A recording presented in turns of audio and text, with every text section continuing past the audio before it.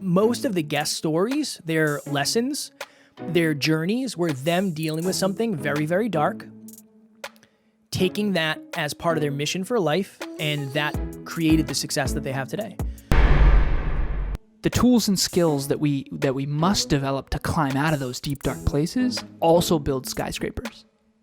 And so it's very important while you're in the deep, dark hole to realize that this potential hard time actually is going to be what ultimately creates your future. Next Level Nation, welcome back to another very special, as always, episode of Next Level University, where we teach you how to level up your life, your love, your health, and your wealth. We hope you enjoyed our latest episode, number 1138, the most powerful way to deal with your insecurities. Today, for episode number 1139, the upside of down times.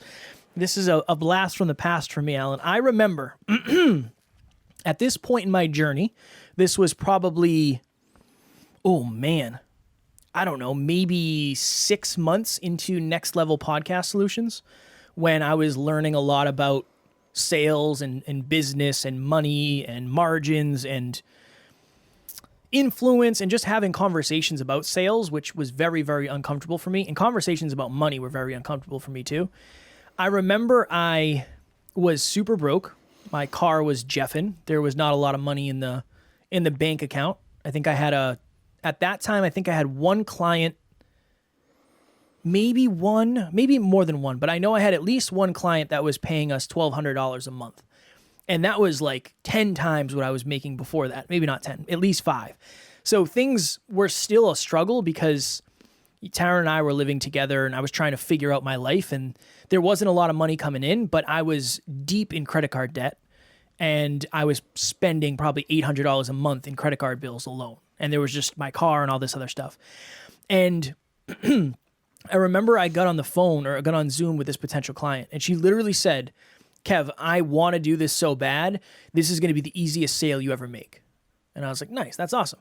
And she's like, "How much is it for what I'm looking for?" And I told her the price, and she was like, "Oh my goodness, maybe this isn't going to be the easiest sale you've ever had." And she ended up working with us, but it probably took like a month for her to commit to it. But something very important happened for me. I was comfortable having those kinds of conversations. The fact that I could just come out and say, "This is our price for what you're looking for," with no insecurity, with no fear, with no shame, just owning it, just like leaning into the fact that what we do is very valuable. I know we're very good. This is what we charge. That never would have happened if I wasn't in the financial state that I was in. If I wasn't in scarcity, it never would have forced me to level up and understand sales, to be comfortable talking about money, to stand in my own greatness when it comes to talking about what we do. A lot of the reasons why I got good at that stuff is because I had the necessity. And I was in a dark place, but I also learned so much that pulled me out of that dark place. And a lot of that stuff is the stuff that's helping me today. I had a conversation the other day with somebody, and you know this, Alan, sales is a very interesting, I don't want to say game, but it's an interesting interaction, because at the end of the day, if you're heart driven and you're morally driven, you only want what's best for the person, right? Mm-hmm. When you and I are talking about sales, we're talking about helping people, not, well, I need to get this person to sign up so we can make more money. No, ultimately we want to help people. Mm-hmm. And this person said, well, this is what I do. I have a team that does this, and this is how much it costs. And I said, well, how much does it cost? Can you give me the exact number? And he said, it's $2,100 a month for what I'm getting. And I said, awesome. Good for you. I said, what if we could do all this and this for $2,000 a month? What are your thoughts on that? And I just sent that audio message. And he ended up coming back and said, wow, that's really valuable. Let's do that. That's something that if I never was at the point I was at however many years ago, feeling scarce, feeling scared, trying to figure out the sales thing, if I didn't have that skill, that never would have translated. And a lot of what I'm doing and the results I'm getting today are based on what I learned when times were rough, when I was really, really down. There is a lot of upside to being down. When you learn stuff, you take that with you for the rest of your life. But you might not have learned it if you weren't forced to, if you didn't have necessity, if there wasn't some sort of fear or scarcity around. Remember, Kev, early on, this is 4.5 years ago now, I think, or 4 years ago, when we 12 first years. started coaching. Yeah, we first started coaching, and you came to me. I remember this was so we had multiple studios. So we had the studio in my sister's old bedroom. It was definitely in my sister's old bedroom, because I remember we had a whiteboard in there. And you came in and you're like, dude, I got to make some money. Like, my unemployment ran out. I can't do this anymore. Like, we got to make some money. And I remember saying, we got to start coaching. And we coached for free. And now we have a well over 6-figure coaching consulting business. It's awesome. But back then, it was struggle bus. And, you came to me and said, dude, we need to make more money. I still had some left, because obviously I had a lot from corporate and I had a lot of investments and I had to liquidate. And that's a whole conversation. But Kevin and I had a pretty good runway at the beginning of our business where we could go all in on the podcast and we didn't have to worry about money for quite some time, which is good. You got to set yourself up for success. And so if you're not in that place, be very careful of when jumping.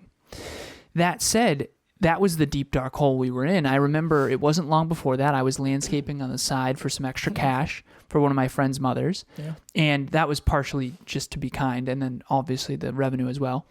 Revenue, $100. And then for Kev, he needed the money. And so he said, dude, like, I need money. What are we going to do? So then we started to innovate. So I'm going to make a claim. There's 2 ways to communicate really effectively. One is called state and prove, which is what I tend to do. Let me state a conclusion and then go prove it. The other one is lead and, lead and inform. Lead and inform. So Kevin just told a story to lead and inform. I'm going to state and prove. And I want to share that with the listeners because I think this will be funny and maybe it won't be. We'll see. I am going to make a bold statement right now. All right. The title of this episode is something along the lines of the upside of downside. The upside of down times. The upside of down times. Great title. Okay. This is going to be the most powerful stick figure drawing you've ever seen. Okay. That's a bold statement. State and prove. So I was on the phone with a client recently. Team member, NLU team member. So I coach the NLU team, so sometimes it gets blurry who's a client, who's a team member. And I actually texted her before this, and she said, share whatever you need to. Share the drawing. It's no big deal. Whatever you got to do to get the point across. She's like, I don't mind. Thank you for asking permission. Okay, so a lot of times I keep everything anonymous. This time I don't have to. So it was Amy Diaz, my executive admin. Amazing. OG Amy. OG Amy. Okay, so we're on a call last week. And she was in what we call a deep, dark place. So here's the concept. The upside of down times. I always say this quote, the deep, dark holes that we find ourselves in, the tools and skills that we have to develop in order to climb out of those holes, like Kevin and I in a tough money spot, needing to learn sales, skills, and tools. The tools and skills that we must develop to climb out of those deep, dark places also build skyscrapers. And so it's very important while you're in the deep, dark hole to realize that this potential hard time actually is going to be what ultimately creates your future if you can start to really see it that way. And so I have this stick figure drawing. Amy and I were joking, and she had me sign it. Because it's quite profound. No, it's genuinely terrible. But for the sake of this, if you want to download it, it will be in a G Drive link. Production team, so NLPS production team, please put this in a G Drive link. I will send it to you in WhatsApp after this. But basically what it has is it says current Amy and future Amy. Current Amy is in a really big hole, and Alan has the awareness. So it's a big star above my head, and it says Alan has the awareness. Because Amy basically said, thank you so much. You helped me climb out like you always do. Thank you. And so I drew this for her. And it was meant to be funny, but it's also fairly profound. Okay, so there's a thought bubble above my head that says this will be good for her. She just doesn't know it yet. Alan has the awareness. And I'm flexing in it, which is hilarious. Okay, so I'm speaking down to Amy, not down in a negative way, but she's down in the hole. And I'm yelling down saying, Amy, don't worry. You're going to be good. You just don't know it yet. So group coaching was definitely an experience for me. Getting to know the people was really, really cool. Everybody's kind of moving towards the same goal. And I definitely started to see the value in what Kevin and Alan were presenting to us. PPT for me was something that was really huge. I was looking for a system to help me kind of keep track of of the things that I had to do every day to make sure that I was productive. I feel like I got so much value out of it, and I am so grateful that I took the leap and I decided to join. Okay, now the future Amy is way over on the right side of the photo, out of the hole, and there's a skyscraper next to future Amy. And future Amy essentially says, "Thank you, past Alan, for helping me innovate my way out of the darkness. And look what I was able to build now. Luckily, I fell in that deep, dark hole all those years ago." And to Kevin's original story, that's exactly what this is. And in the deep, dark hole, it says, "Amy is not yet," keyword, yet, "equipped with the tools or skills necessary to climb out of this hole." Presupposing she's going to get out, presupposing she's going to have the resources, the persons, places, things, and ideas, the tools and the skills to get out. And everyone, to bring this down to earth here, think of a time in the past when you were in the dark. You were having a really hard time, an emotional winter, and you were feeling stuck and hopeless. Now I want you to think about how you made it out of that and what would have been different had you not ever gotten stuck. One example for me is my health. I went to an allergist and I had sinus infections. They were horrible. And I broke my nose, which made them even worse. And then I eventually found this allergist up in New Hampshire. Kevin's gone, and now he's not allergic to cats anymore. And this is another good example. I went to this allergist finally after years of sinus infections and broken nose, all his sinus problems. I had these bad allergies. I used to get allergy shots. We found this allergist that was able to cure allergies, and I'm not going to go into that. But I don't have any sinus issues at all anymore. I sleep amazingly. My Oura Ring, I have great sleep. And now Kevin doesn't have allergies to cats because Taryn wanted cats, and I was able to recommend this allergist. So that's the skyscraper that got built by all those dark times, okay?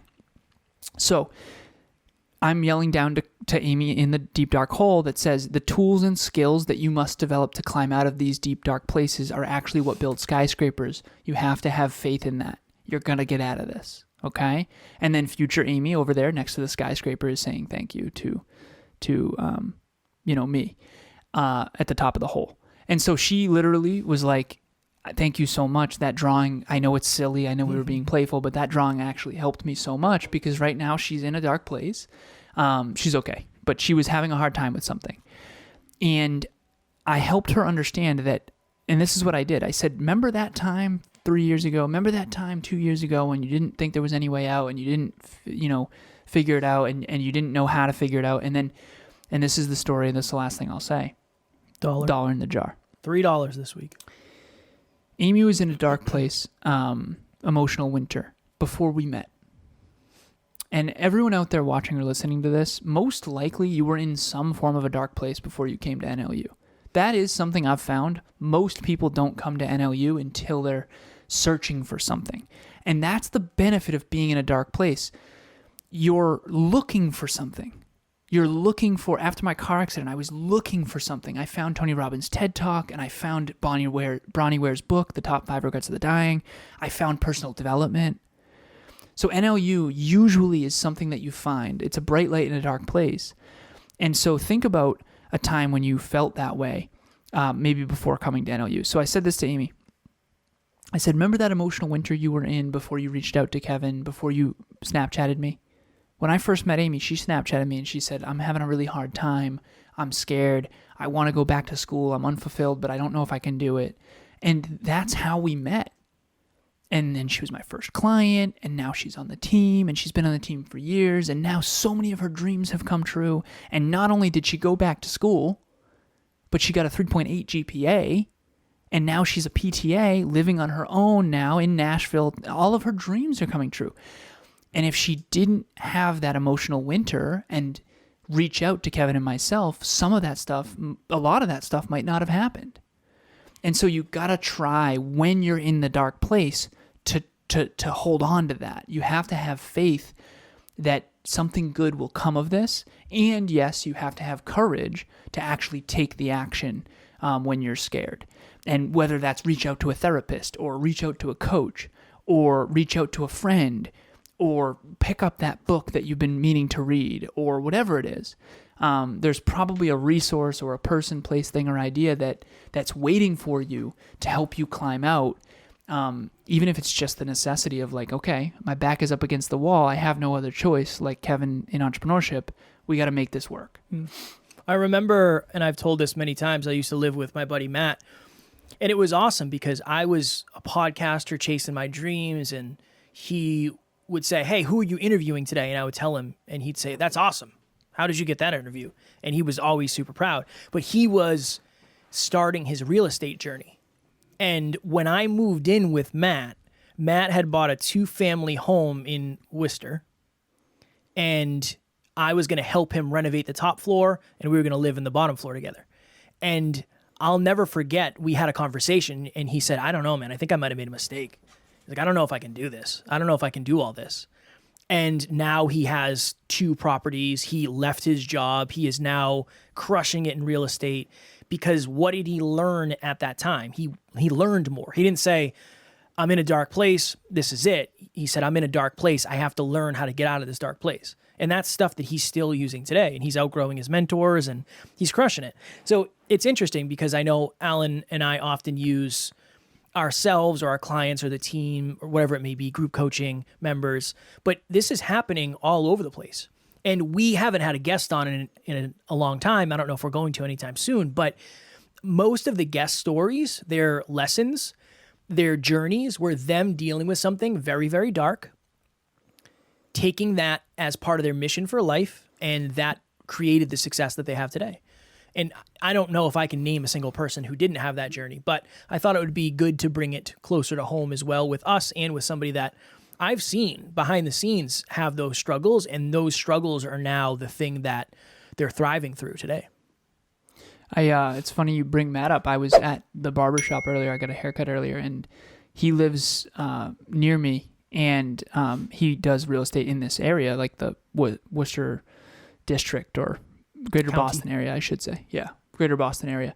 And I saw his business card today. Yeah, and it's Results Realty and, Matt, and it's just awesome. And at one point, one of his biggest struggles, one of his darkest times, actually became something he built a career on. Yeah. And it's very much the human condition. And I try to remember that when things are really hard. When things are good, I try to remember they're not going to stay good forever and the hard times are coming, so do what's hard when it's easy. And I really say those things to myself. But when things are really hard, I try to remember like things are not going to be hard forever. And yes, this might be really, really painful right now, but there's something good that's going to come of it. And some of the best stuff I learned about relationships happened in the past when I was screwing up in my relationships, or I was in less than ideal relationships. And now I bring all of those lessons into my relationship with Emilia. And I've joked with Emilia behind the scenes, like, thank goodness we didn't meet when we were younger, because we didn't make it. We haven't made mistakes with each other. We made our mistakes before. I didn't meet Emilia till I was 30. So I'm grateful. We joke, we say we made all our mistakes with our other relationships. We obviously not all of them. We're still making mistakes, but it's important to understand that there is an upside to the downside. There really is. And that doesn't mean you have to love it. That doesn't mean you have to seek out downturns or anything like that. But when you are in the emotional winter, there's something to learn there. And that I'm certain of. And every single time life humbles me, I know there's something there to mine for gold. I do know that. And I look for it. So when you're there, try to look for the answers. Try to look for the lessons. Try to understand how can you come out of this thing better or smarter or wiser or more compassionate or more hardworking or whatever. And at least that will make them a little better. Next Level Nation, if you are struggling to find other like-minded individuals, please join our private Facebook group, Next Level Nation. It is private, not to keep you out, but it's private so you can feel safe, where you can post what you're actually going through, you can ask questions, you can be part of the community, and you don't have to worry about people judging you, or maybe it's relatives creeping on you. You can feel safe on your growth journey. That is what we're all about. Safety, inclusivity, and growth every single day. Link in the show notes below. So Kevin and I, for 135 days now, have been tracking what we call the hashtag #NextLevel9. For episode number 999, Kevin and I created something called the hashtag #NextLevel9. Now, this is not like 75 Hard, where you have to do every habit every day. Otherwise, you're you have to start over, anything like that. The point of Next Level 9 is to track your habits each day. So it doesn't mean you have to complete these. It doesn't mean you have to get 100%. Doesn't mean you have to be perfect. We do not believe in that. What we believe in is habit tracking. So the whole NLU team tracks their habits. All my clients track their habits. Kevin and I track our habits every single day, every single week, every single month. So I know that sounds overwhelming, but the Next Level 9 is very simple. It's very clear, and here they are. Number 1, and these are not in any sort of order. There's essentially 3 under health, 3 under wealth, and 3 under love. Hashtag Next Level 9. 30 minutes exercise. And again, just tracking these, you don't have to necessarily do them every single day. I know that can be daunting. So 30 minutes exercise, track your spending, the gratitude game. 1 NLU episode, 30 minutes filling your cup, weigh yourself, 1 important task, track your calories, and meditate 5 minutes. We have an app called Optimal where, and I'm looking at it right now, so there's a red light, a yellow light, and a green light under each of these habits. And each night I cash out and essentially I say, okay, and Kevin does this too. All right, did I do it? Green light. Did it. Green, green, green. Oh, didn't do it. Red. Okay. Yellow, I kind of did that. So for example, 30 minutes filling my cup, I only got 20 minutes. Yellow light. So red light, green light, yellow light. I know it sounds funny and overly simple. These tiny habits, I have seen them transform so many people's lives. I started tracking my habits 7.5 years ago, and in these little black notebooks that I have behind me, and there's like a bunch of them. And I used to literally check these off and then erase them and check them off each day. Now we actually have an app. Now, not only all of the NLU team, but clients, people all over the world are tracking their habits, and it's changing their lives. So if you are looking for something else, if you are in a deep, dark place and you feel like you don't have direction, I promise you there is nothing. Kevin and I will track our habits for the rest of our lives. And it's not because it's fun. It's because it's life-changing. And once you get hooked on phonics, you can't go back. I don't know why I always say hooked on phonics. For those of you who are younger, you probably don't remember hooked on phonics. But the point is that habit tracking will change your life. And once you realize that, it's going to be very hard not to track your habits. So think of something you've done and you'll never go back because it's so good. Habit tracking can be that for you. And start small and build. So you can email myself or Kevin. You can download the app. You can listen to episode 999. Preferably email us, and we'll send you all the habits, and we'll get you logged in on the app and everything. So join us. Emails are in the show notes. They are just Kevin@nextleveluniverse.com, Alan@nextleveluniverse.com, but everything you need is in the show notes. Next Level Nation, tomorrow for episode number 1140, the 3 most important words for success.